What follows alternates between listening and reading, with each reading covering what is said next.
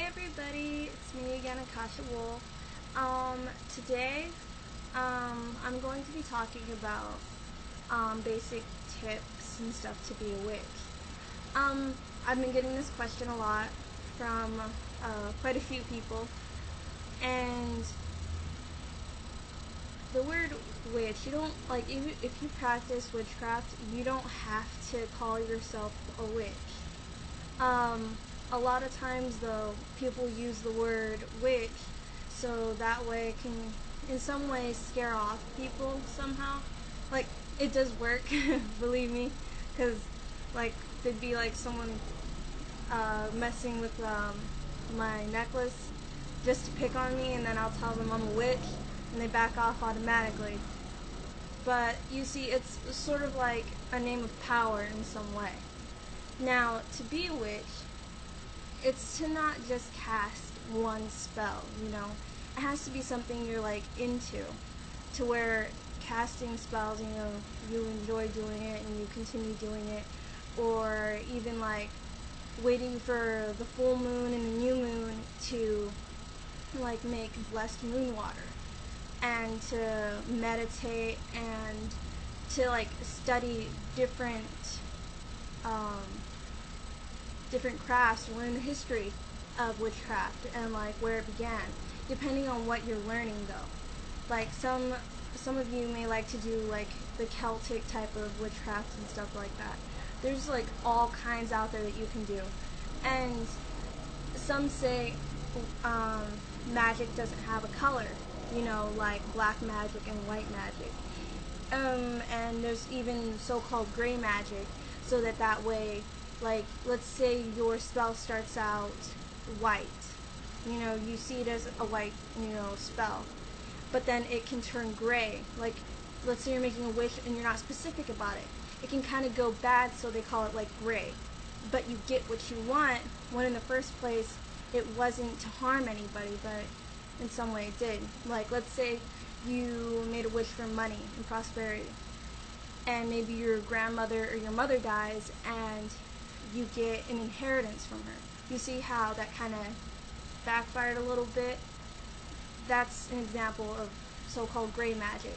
But it all depends on what you believe in. Some of the basic little tools and stuff for being a witch or doing the craft would have to be a cauldron. You don't have to have this stuff, but everyone's been asking me about this. So a cauldron, a wand or athame. An athame is a two-sided blade. I do not have one with me at the moment, but I will get one. I've been wanting one for, like, ever. But usually, in books it says that the wand is supposed to represent the female and the athame is supposed to represent the male. But there's no rules that a female cannot have an athame. And even if there was, I'd get one anyway. And another thing would be to have a pentacle. This one is kind of a little bit of a ghetto one, but you see, it's an example that if you can't afford this stuff, you can make it yourself. Even though this doesn't look all professional and stuff, or something that you might see in a movie, it doesn't mean it's not going to work. It's going to work. And this I did not buy. If you've seen my other videos, I've told you this came from a chair.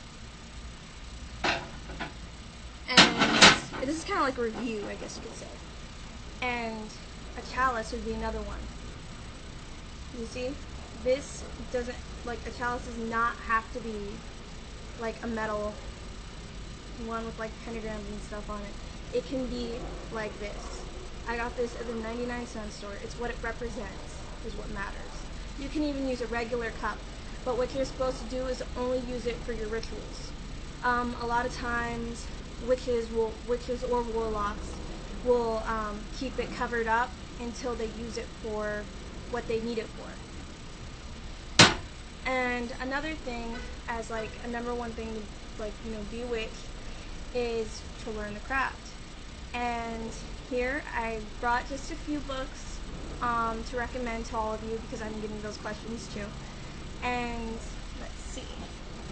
These aren't all my books. I'm going to be doing a video on books of witchcraft and stuff, but these are, like, good for beginners. Sorry, there's like flies everywhere to keep me off. This one is Living Wicca. With Scott. I don't know how to say his last name. But this is Living Wicca. It has a lot of basic stuff. Sorry. It has a lot of basic stuff in it. Like, you know, how to live Wicca and everything like that. It's good to get a book as a guideline because it'll, like, I don't know, because, like, I'm always, I have a bunch of books, but I always hop between it and stuff like that because I already have, like, what I've learned from my family. But a book is a really good guideline, and this is a really good one to start out with. But let's see what else. I have, and there's also this one. This one will give you, this is a spell craft for teens. This is a very good one. It tells you how to cast a circle, it tells you all about incense, and how to undo spells and do spells.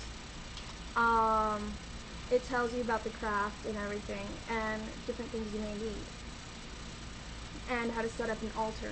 I will go over all this with you guys through different videos, but yeah. So this is a really good one. I like this one, so this one, the Witch's Master something book. Anyway, sorry, like I sound like a bad reader. I'm just in a rush. I don't want to make this too long.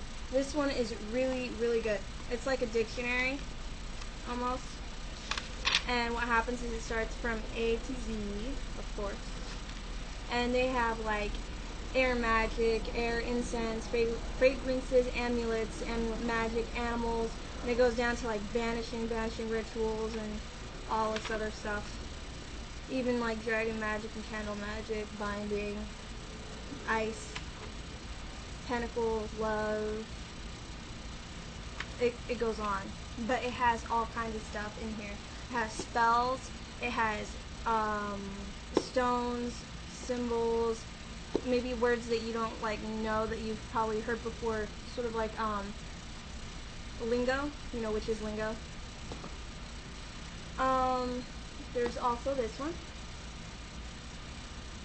Return to the old ways of witchcraft. This is for like, you know, maybe those of you that want to get like deeper back into witchcraft, like when it kind of first started out. This is a very good one too. As you see, it's like we bought this from like a library though. We bought it twice.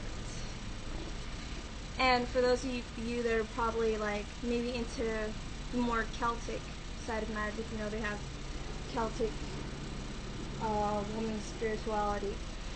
This book is to like open the power that every female has, apparently. So it says in the book. That's if you believe it. But this is also another good one. It's good for girls. Sorry, boys, but that's a good one. Another one is Energy Secrets. Energy is a really big thing in magic. Like, when you do spells, you can get drained. And meditation is always recommended to, like, regain your energy.